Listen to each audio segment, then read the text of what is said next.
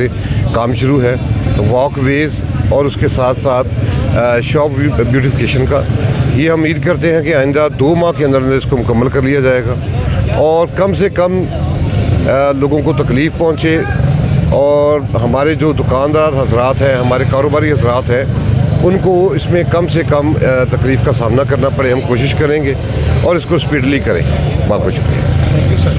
ये कर रहे हैं और ये उकाड़ा की आवाम के लिए खुशखबरी है कि जितना पैसा गवर्नमेंट ऑफ पंजाब ने इन बाज़ारों के लिए दिया है, पूरे पंजाब में किसी और शहर के लिए इतना पैसा नहीं दिया गया।